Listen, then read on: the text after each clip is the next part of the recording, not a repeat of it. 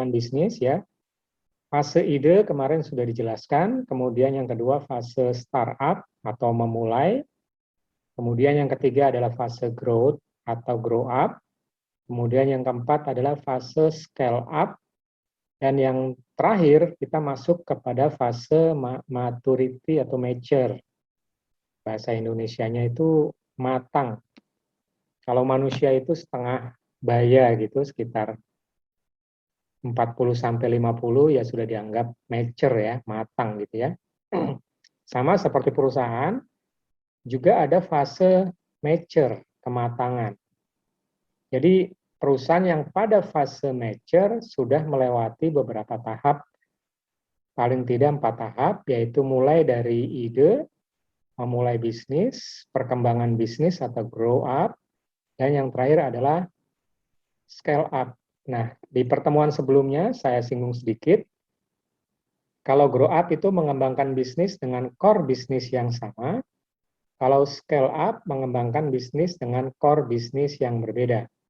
Kalau growth misalnya core bisnisnya restoran, tadinya 1 cabang, 2 cabang, 5 cabang, sampai 100 cabang, itu namanya growth karena core bisnisnya sama. Kalau core bisnisnya berbeda, itu sudah masuk ke tahap scale up. Kemarin saya contohkan adalah misalnya Gojek, awalnya dia membuat aplikasi khusus untuk transportasi motor atau ojek online, ojol, kemudian dikembangkan lagi, core-nya berbeda, menjadi go-kart, tadinya motor menjadi mobil. Kemudian core-nya dikembangkan lagi, core bisnis yang lain, yaitu mengenai pembayaran GoPay. Kemudian kembangkan lagi mengenai pengantaran makanan atau GoSend, GoFood, GoSend untuk dokumen, dan seterusnya. Jadi kalau scale up ada bagaimana mengembangkan bisnis dengan bisnis yang berbeda.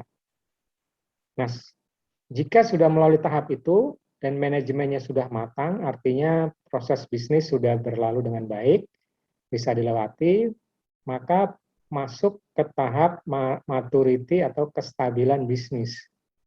Kalau kita lihat beberapa perusahaan yang sudah masuk ke fase maturity, misalnya Astra Internasional, dia sudah masuk ke tahap maturity karena scale up bisnisnya hampir sebagian besar itu sudah stabil. Misalnya kita lihat Astra itu punya mobil, punya motor, punya perkebunan kelapa sawit, punya finance company atau kredit ya, Astra Credit Company ACC, punya juga asuransi, dan seterusnya banyak sekali core bisnis yang berkembang dari Astra. Astra itu boleh dikatakan saat ini sudah masuk ke tahap maturity. Sama juga dengan Sinarmas, dia punya bank, punya asuransi, punya properti, dan lain-lain. Jadi sudah berkembang hampir seluruh bisnisnya pada tahap kematangan atau maturity. Nah, apa saja tantangan bisnis pada saat bisnis yang sudah matur atau mature? Bukan berarti bisnis yang sudah mature tidak bisa bangkrut, bisa juga. Bisnis yang sudah mature bisa juga bangkrut kalau tidak antisipasi terhadap perubahan-perubahan yang terjadi. Misalnya, saya contohkan Nokia, dia tidak mengantisipasi terhadap perubahan teknologi. Walaupun Nokia bisnisnya di bisnis teknologi, tetapi tidak mengantisipasi perubahan teknologi yang namanya disrupsi teknologi. Yang kemarin saya sampaikan, Nokia sampai dibeli sama Microsoft karena tidak aware atau peduli terhadap pesaingnya yaitu Android dan iOS. iOS itu untuk Apple, Android untuk handphone-handphone lain. Kalau Nokia pakainya Symbian. Jadi bisnis yang sudah mature bisa juga bangkrut. Sama seperti Kodak. Kodak juga dalam tahap resesi. Kodak juga tidak mengantisipasi adanya perubahan teknologi juga, walaupun Kodak bermain di teknologi.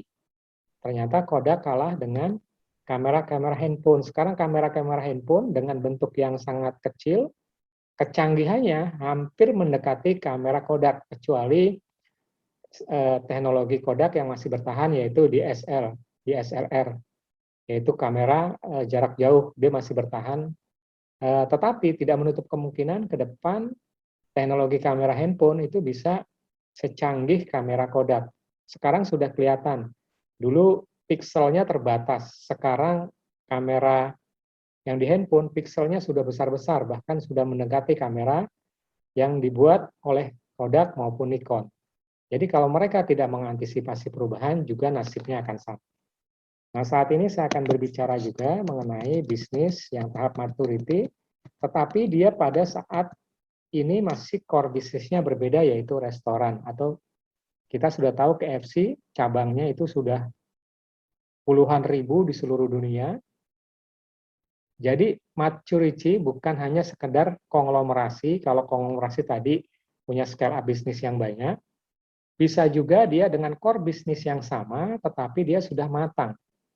Saya contohkan McDonald, KFC, kalau di restoran ya. Kalau di bisnis online ada Alibaba, ada Amazon, itu juga sudah mature. Kemudian di bisnis teknologi kita kenal ada Microsoft, ada Google, ada Facebook, itu juga sudah mature. Walaupun dia di core bisnis yang sama, intinya adalah bisnis yang sudah mature adalah bisnis yang sudah running smooth, running stabil. Nah, kita akan melihat video, ini adalah salah satu contoh bisnis yang sudah mature, yaitu bisnis KFC, sama juga bisnis yang sekarang mature, itu dimulai dari bisnis kecil. Hampir 99% bisnis yang besar sekarang, atau bisnis yang pada fase mature, itu dimulai dari bisnis kecil. Astra pun begitu, dimulai dari bisnis kecil. Nah, kita akan belajar dari KFC ya. Ini saya coba putar videonya. Nanti kita bahas.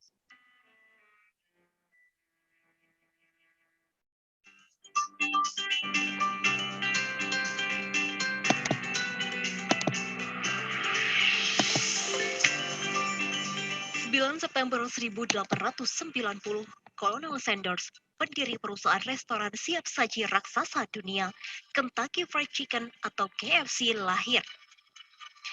Saat masih berusia sangat muda, ayah Sanders meninggal dan memaksa dia harus tinggal bersama pamannya di Indiana, Amerika Serikat. Sejak muda, Sanders dikenal sebagai orang yang temperamental dan kontroversial. Dalam karir pekerjaannya pun, Sanders mengalami banyak kegagalan. Dia gagal sebagai pengacara, salesman asuransi, lampu, hingga salesman ban untuk bekerja di Michelin. Pada tahun 1930, Sanders memulai sejarahnya di KFC setelah dia membuka restoran kecil di stasiun pengisian bahan bakar sel. Pada tahun itu juga, Sanders menginjak salah satu momen penting bisnisnya. Setelah terlibat baku tembak dengan Matt Stewart, akibat persaingan bisnis, Matt Stewart mengecat papan iklan yang mengarahkan pengendara pada stasiun bahan bakar tempat restoran Stewart berada. Kesal karena perbuatan Stewart, Sanders bersama dua pegawai sel terlibat baku tembak dengan Stewart, yang menyebabkan seorang pegawai sel meninggal dan Stewart masuk penjara. Masuknya Stewart ke penjara melemahkan bisnis Sanders karena stasiun bahan bakar sel tak memiliki saingan sehingga restoran Sanders laris manis. Sejak tahun itu pula, Sanders fokus menggarap restorannya hingga terkenal di kalangan masyarakat Kentucky. Sanders kemudian mendapatkan gelar kolonel non-militer, satu gelar tertinggi di negara bagian Kentucky pada tahun 1935. Pada tahun 1940, Sanders menyelesaikan resep rahasia KFC menggunakan alat bertekanan tinggi yang membuat ayam lebih cepat matang dibandingkan dengan digoreng pada katel. Langkah penting Sanders pada bisnisnya terjadi pada tahun 1952, saat Sanders memutuskan menjadikan KFC sebagai restoran waralaba. Dan pada awal 1960-an, KFC menjadi salah satu restoran siap saji yang berekspansi ke luar negeri. KFC pun dapat ditemukan di Inggris, Kanada, Jamaika, dan Meksiko.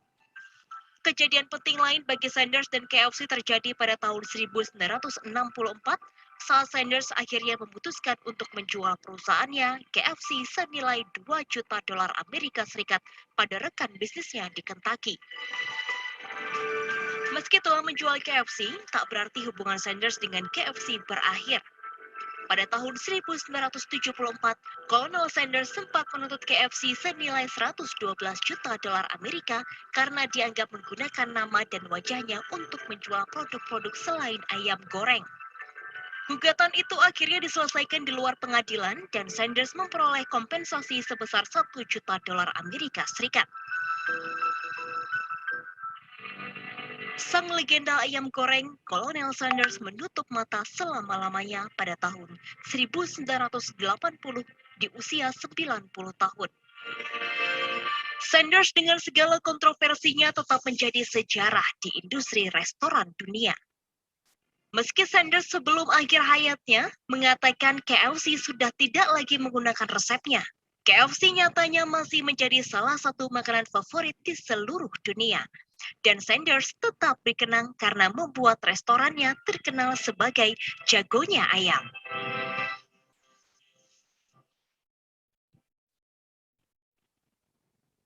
Oke, itu adalah salah satu contoh keberhasilan Colonel Sanders. Ada beberapa catatan yang kita pelajari dari mata kuliah entrepreneurship ini.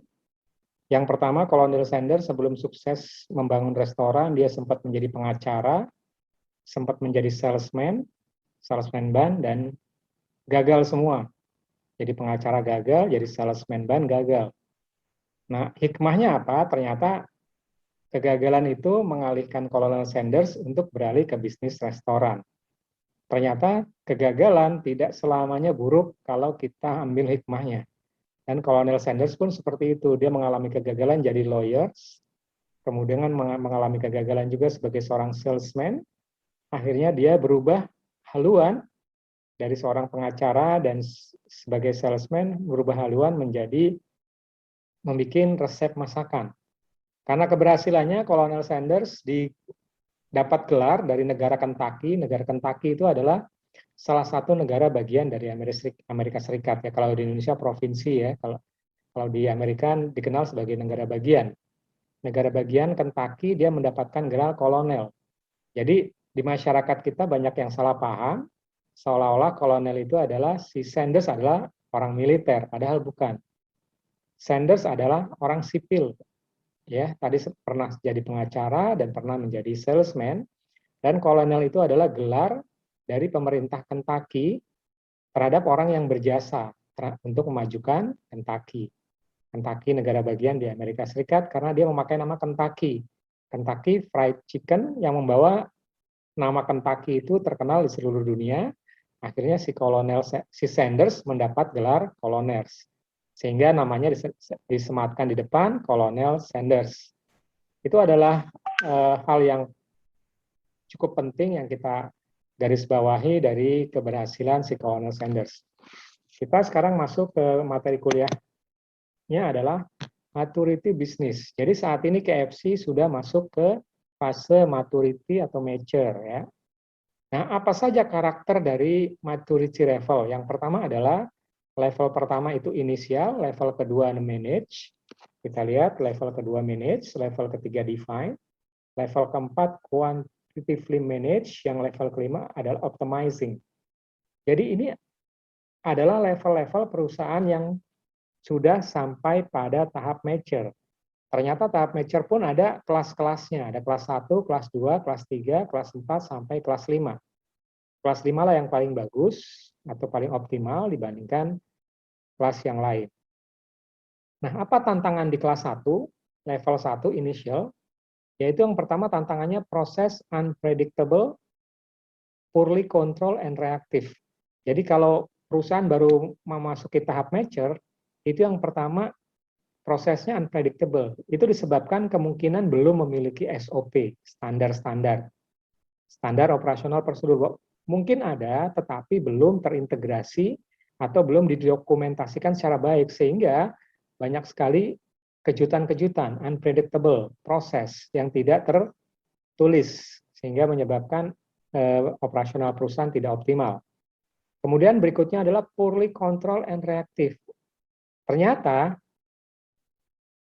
kontrolnya sangat minim dan cenderung reaktif. Reaktif itu beda sama proaktif ya. Kalau reaktif itu ada masalah langsung bereaksi, marah. atau mengambil keputusan yang tanpa pertimbangan, itu namanya reaktif. Tetapi yang proaktif biasanya jika ada permasalahan akan ditelaah dulu mulai data, analisa, solusi, alternatif solusi menjadi suatu action atau tindakan. Jadi perlu ada proses untuk pengambilan keputusan. Tapi kalau reaktif kadang-kadang langsung diambil keputusan tanpa adanya data-data yang akurat. Kemudian analisanya juga tidak ada. Kemudian tidak ada alternatif solusi. Akhirnya keputusannya itu bisa tidak tepat. Kita belajar misalnya ya, ada keputusan yang sudah dikeluarkan, tetapi keputusannya direvisi. Itu adalah salah satu contoh reaktif. Sudah keluar surat SE beredar di seluruh perusahaan tersebut, tetapi ditarik lagi. Karena ternyata salah dalam mengambil keputusan. Itu karena reaktif. Nah, naik ke level kedua, manage. Berbeda kalau tadi tidak terkontrol, atau poorly control, miskin, atau kontrolnya lemah. Kalau manage itu proses karakteristik for project and often reactive. Ya, jadi di tahap yang kedua prosesnya sudah terkarakterisasi. Artinya SOP standar operasional prosedur yang ada itu sudah dibukukan ke dalam buku manual. Kalau yang tadi mungkin masih tersebar di internal memo, di peraturan-peraturan, kemudian di surat-surat, dan lain-lain, tidak terdokumentasi dengan baik. Nah, pada tahap kedua itu sudah mulai terdokumentasi. Kemudian tahap ketiga atau level ketiga adalah define. Proses characters for the organizing and proactive. Jadi prosesnya sudah karakteristik ya seperti tahap 2 dan ada tambahan for the organization and is proactive.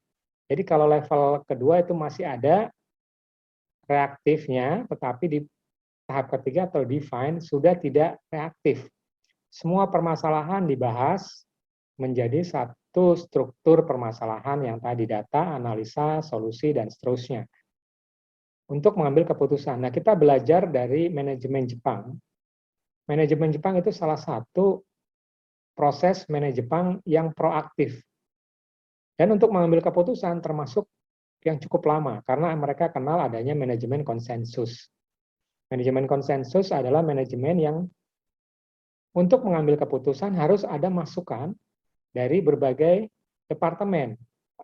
Even itu masukan dari karyawan yang paling bawah sekalipun itu akan diakomodir kalau menggunakan manajemen konsensus. Akhirnya apa? Pengambilan keputusan memang cukup lambat karena prosesnya lambat, tetapi keputusan yang diambil itu tepat. Berbeda sekali dengan perusahaan-perusahaan pada level startup. Kalau untuk level mature memang harus seperti itu, karena keputusan-keputusan akan berpengaruh terhadap bisnis yang sangat besar. Tetapi kalau bisnis yang masih mulai startup, idealnya tidak menerapkan manajemen konsensus. Karena kalau perusahaan baru mulai menerapkan manajemen konsensus, itu akan ketinggalan oleh perusahaan-perusahaan yang lain yang bergeraknya cepat. Jadi kalau perusahaan baru mulai, biasanya kecepatan yang paling utama dibandingkan ketepatan. Karena rata-rata manajemen yang baru mulai, itu harus bergerak lebih cepat, karena fokusnya adalah revenue dulu. Tetapi kalau fokus di mature, bukan hanya revenue, tetapi adalah proses bisnisnya harus benar-benar matang, karena salah dalam pengambilan keputusan akan berpengaruh besar terhadap roda bisnis. Ibaratnya begini, kalau masih startup, itu seperti kapal skoci, speedboat, dia cepat sekali. Kalaupun salah mengambil keputusan, hanya berpengaruh kepada speedboat kecil itu. Tetapi kalau perusahaan yang sudah mature, ibaratnya kapal Titanic. Jadi kalau keputusan tidak dipertimbangkan dengan matang, itu akan berpengaruh terhadap kapal besar. Karena kapal besar itulah yang akan dijalankan oleh nahkoda, harus benar-benar keputusannya matang. Kemudian naik ke level 4 adalah quantitatively manage, proses measure and control. Jadi kalau yang di proses keempat, semua aturan itu sudah terukur. Jadi kalau misalnya di sekolah, kalau murid-murid kan nilainya terukur semua. Ulangan ada, terukur. Ada di beberapa perusahaan itu nggak bisa mengukur kinerja karyawannya karena memang belum punya ukuran. Karena kalau sekolah memang sudah ada standar dari Diknas atau Dikbud, itu sudah ada ukurannya. Jadi semua terukur. Dari sisi siswanya, gurunya pun harusnya begitu. Prestasi guru itu akan terukur. Terukur dalam arti nilai 1, 2, 3, dan seterusnya. Dan level yang kelima adalah optimizing, yaitu fokus on process improvement. Jadi kalau sudah naik ke proses optimizing atau level 5, itu adalah fokus pada improvement. Maksudnya bagaimana? Adalah pengembangan bisnis. Jadi pada saat mature bukan berarti bisnisnya berhenti berkembang. Justru harusnya pada saat mature, proses-proses bisnis harus mulai dikembangkan lebih intensif lagi. Tentunya dengan pola hati-hati tadi. Karena memang kapalnya sudah besar, harus mempertimbangkan beberapa aspek terhadap pengembangan bisnis. Nah, bisnis-bisnis yang besar, yang sekelas Astra, Sinarmas, Indomobil, gitu ya, Indofood, dalam proses pengembangan bisnis, mereka juga tetap berkembang. Walaupun mereka sudah masuk skala mature, tetapi mereka tetap membuka unit bisnis baru yang harus dikembangkan. Apalagi sekarang zaman teknologi, beberapa perusahaan-perusahaan itu sudah mengarah ke perusahaan-perusahaan startup yang berbasis digital. Ya, itulah adalah 5 karakter dari bisnis yang sudah matang atau mature. Jadi intinya masing-masing bisnis punya karakteristik yang berbeda untuk dikembangkan. Mulai dari bisnis startup, kemudian naik ke level grow up, naik lagi ke level scale up, dan naik lagi ke level mature atau matang.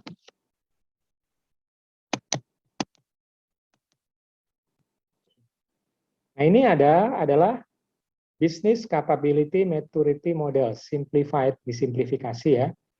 Jadi kalau bisnis yang sudah pada tahap mature, maka harus ada taktik yang berbeda. Taktik itu mirip seperti strategi. Kita lihat di bawah di sini adalah taktik.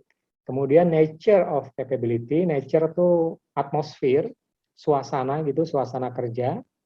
Kemudian yang berikutnya adalah apa yang bisa ditemukan, permasalahan-permasalahan apa, kemudian harus diketahui what missing, apa aja yang hilang dari proses. Nah, tadi maturity level kan ada 5 level ya, ini level yang pertama, level kedua, level ketiga, level keempat, yang terakhir adalah level kelima. Masing-masing bisnis mature memiliki level-level, level 1 sampai dengan level 5. Kita lihat tantangan bisnis di level 1, yaitu pertama, no capability. Tantangan bisnis mature di level 1 adalah no capability, maksudnya adalah belum punya kemampuan. Loh, kok belum punya kemampuan? Kan dia sudah melewati proses startup, grow up, dan scale up. Kenapa belum punya kemampuan? Karena kemampuan bisnis di level mature itu berbeda dengan level-level sebelumnya. Yang harus dilakukan apa strateginya? Adalah identify. Diidentifikasi kemampuan atau gap kompetensi apa saja yang belum dimiliki. Jadi misalnya seseorang dari seorang supervisor naik ke manajer, itu kan adalah gap kompetensi yang harus diisi. Sama juga misalnya seorang anak sekolah dari kelas 4 mau naik ke kelas 5, itu pasti ada gap kompetensi yang berbeda antara kelas 4 dan kelas 5. Itu harus diisi gap kompetensinya. Harus dipetakan apa saja. Kemudian assembly gaps, pain point, and opportunities. Jadi apa saja diidentifikasi dan kesempatan-kesempatan untuk berkembang. Kemudian kalau ini sudah bisa dilalui, maka naik ke level kedua, yaitu isolated capability. Kalau tadi no capability, yang kedua isolated. Sudah punya kemampuan tapi terbatas. Terisolasi, masih terbatas ya. Nah, taktiknya bagaimana? Pertama adalah quick win and engagement. Quick win itu artinya strateginya cepat ambil keputusan. Quick win. Dan engagement. Engagement itu adalah bagaimana membuat karyawan itu menjadi loyal ya. Kemudian naik ke level yang ketiga, yaitu servicing capability, yaitu kapabilitas untuk pelayanan. Taktiknya apa saja? Strateginya pertama service atau pelayanan manajemen, kemudian ada katalog. Jadi membuat semacam buku katalog. Kalau kita beli motor itu kan ada buku panduan, katalog motor. Ada buku cara pakainya. Beli mobil juga begitu, beli alat peralatan elektronik yang lain sama. Jadi servicing capability adalah kemampuan-kemampuan tadi yang sudah diidentifikasi, kemudian dikembangkan, itu harus dibakukan menjadi satu katalog. Ya, katalog standar operasional prosedur, kira-kira begitu ya. Sama juga seperti di sekolah, standar operasional prosedur sebagai seorang administrasi, standar operasional prosedur sebagai seorang pengajar, standar operasional prosedur sebagai kepala sekolah, standar operasional prosedur sebagai penjaga sekolah itu berbeda-beda. Yaitu sudah dibukukan. Supaya apa? Mid service artinya memenuhi keinginan ya. Berikutnya naik ke level 4, strategic capability. Kapabilitas apa saja yang bersifat strategik. Maksudnya adalah, di sini taktiknya adalah strategic analysis, capability, kemudian market analysis. Jadi intinya adalah, pada saat level 4 harus sudah memiliki strategic capability. Kalau perusahaan yang sudah mature, berarti harus punya standar baku terhadap strategik yang sifatnya itu akan mengembangkan perusahaan. Contohnya apa di sini? Ada market analysis, dia punya satu standar, kemudian ada strategic management, strategik. Jadi langkah-langkah strategik itu sudah dibakukan dan akan menjadi suatu program kerja, baik program kerja jangka pendek, jangka menengah, dan jangka panjang. Nah, berikutnya naik ke level yang terakhir di skema atau di fase dari maturity business adalah differentiating capability. Nah, ini penting.